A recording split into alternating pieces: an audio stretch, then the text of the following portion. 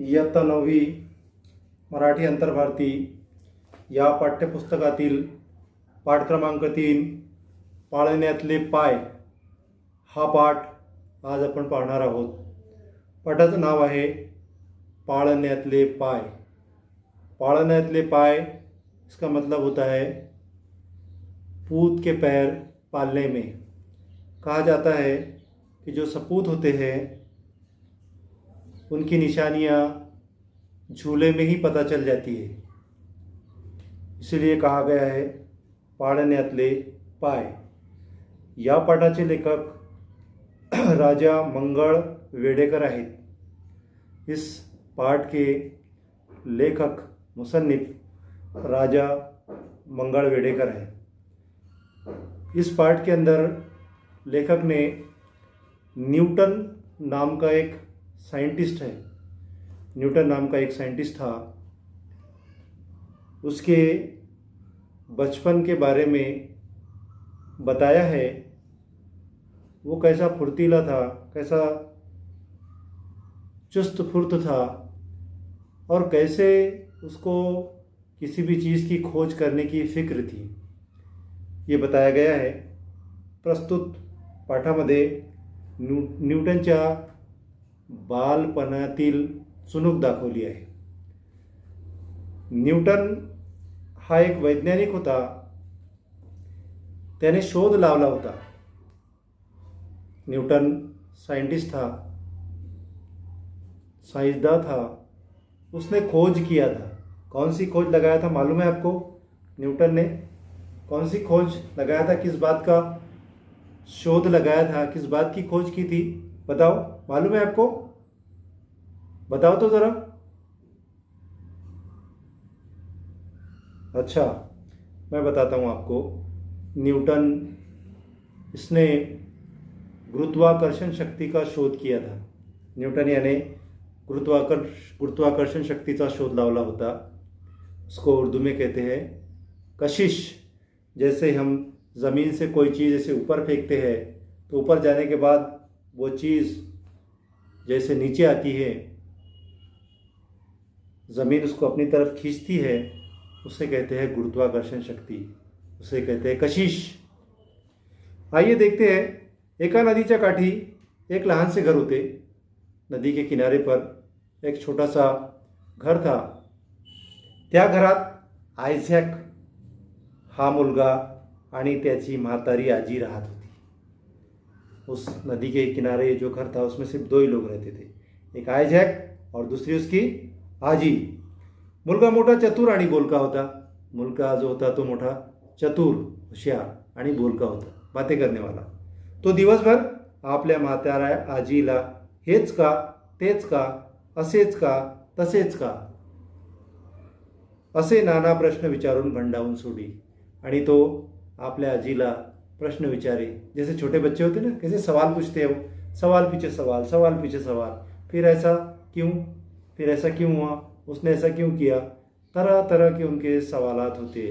ये भी अपने आजी को परेशान कर देता था, अपनी दादी को परेशान कर देता था।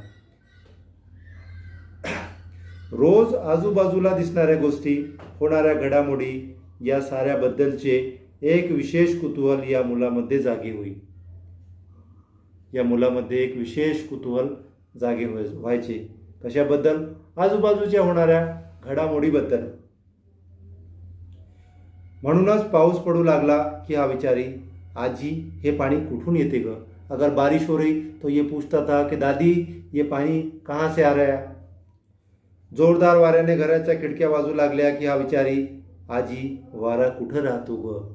जोरदार हवा चलने लगी, खिड़कियां दरवाजे लगने लगे तो अपनी दादी से पूछता था कि दादी ये हवा कहाँ से आ रही है, ये हवा कहाँ रहती है? नदीत टाकलेल्या कपडाचा चिंधी, गवताची काडी पाण्याबरोबर चाललेली पाहिली की हा विचारी, आजी नदीच्या पाण्याबरोबर हे पदार्थ वाहत का जातात? आणि नदीच्या काठी राहत असल्यामुळे, नदी के किनारे रहने की वजह से नदी के अंदर कोई चीज़ डाले, कागज़ डाले, कुछ कचरा डाले तो वो ये चीज़ें, पदार्थ ये पानी के बराबर क्यों बहती है, ये वो सवाल पूछता था।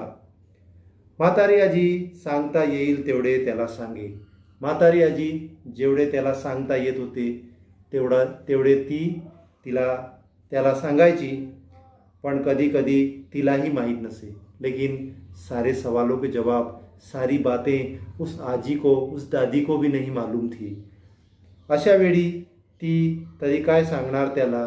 ऐसे वक्त में क्या बोलेंगी वो. मग काहीतरी सांगून ती वेळ मारून नहीं, फिर कुछ तो भी वो बताकर अपना वक्त, अपना टाइम पास कर लिया करती थी.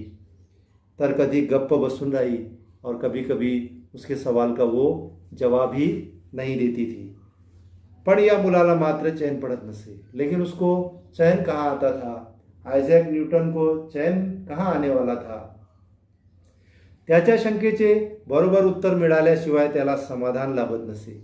जब तक उसके सवाल का सही सही जवाब नहीं मिलता था तब तक उसको समाधान मतलब इत्मीनान नहीं होता था.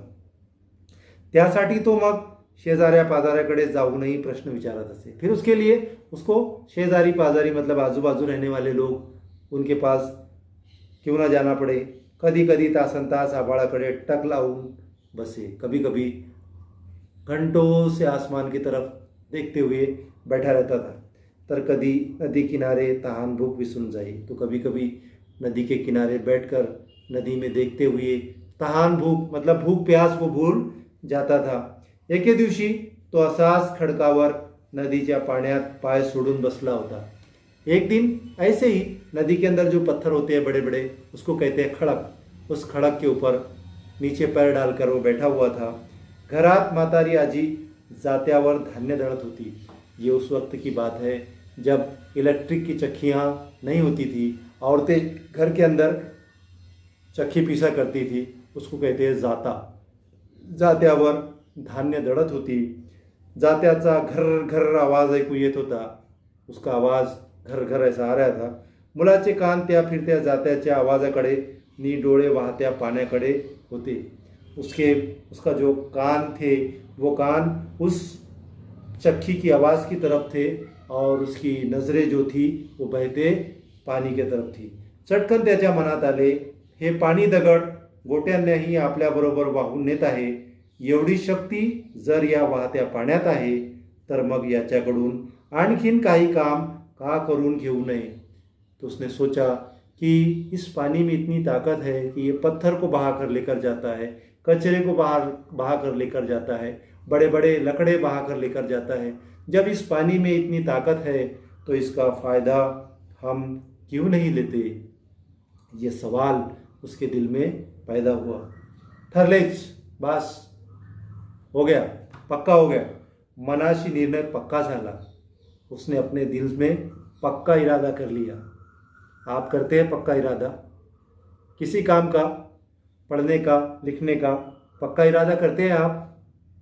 नहीं करते.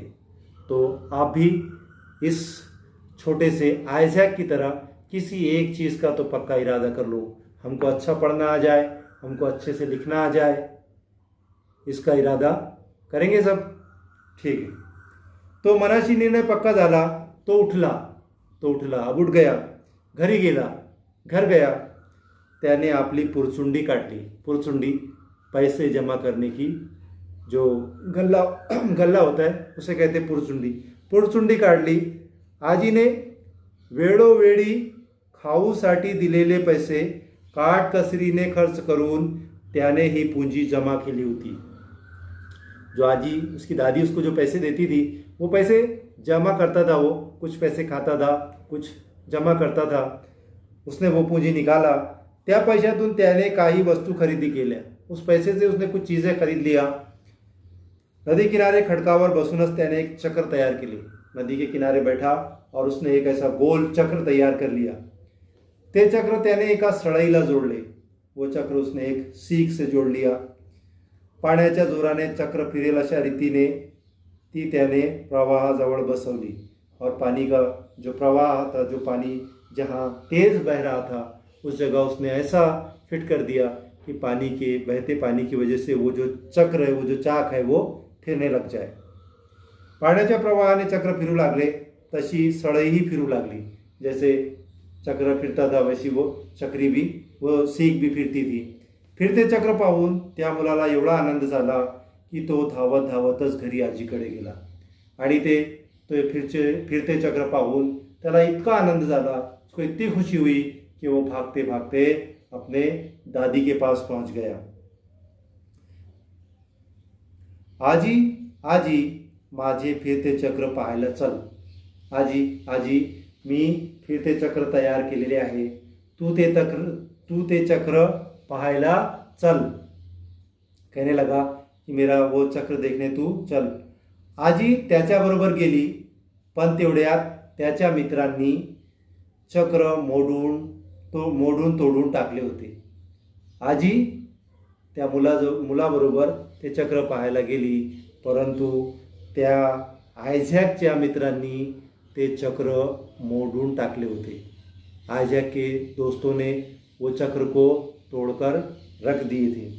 कारण तो एकटाच काहीतरी करत बसलेला पाहून ते त्याच्यावर चिडलेले होते. उसके दोस्त उस पर चिड़े हुए थे कि वो अकेला बैठकर कुछ तो भी कर रहा था. उन्होंने आइजैक ने उसके दोस्तों को साथ नहीं लिया था. तो राग त्यांनी असा काढला होता, तिथे काहीच नाही हे पाहून आजीलाही मुलाचा राग आला. आजी जब वहाँ पहुंची तो वहाँ कुछ भी नहीं था, क्योंकि उसके दोस्तों ने उस चक्र को तोड़ डाले थे. ये देखकर आजी को बहुत गुस्सा आ गया. त्याचे असले तरेवाईक बोलणे नि वागणे तिलाही पसंद नव्हते, और वो उसकी दादी को बिल्कुल भी पसंद नहीं था. उसका ऐसा रहना, उसका ऐसा बोलना बिल्कुल भी पसंद नहीं था. शेवटी मुलाने नीट शिकावे सवरावे म्हणून तिने त्याला दुसऱ्या एका गावच्या शाळेत ठेवले. आपल्या या मुलाने नीट शिकावे सवरावे म्हणून काय केलं, म्हणून तिच्या आजीने तिला एका दूसऱ्या गावच्या शाळेमध्ये ठेवले. अपने इस बच्चे ने, अपने इस पोते ने अच्छा पढ़ना चाहिए, अच्छा सीखना चाहिए, इसलिए क्या किया, उसको दूसरे गांव के एक स्कूल में भेज दिया. ये पाळण्यातले पाय का भाग पहला है. भाग दूसरा आपको इंशाअल्लाह ताला हम दूसरे वीडियो में बताएंगे. तो आप पाळण्यातले पाय इसका दूसरा भाग ज़रूर देखिए. शुक्रिया.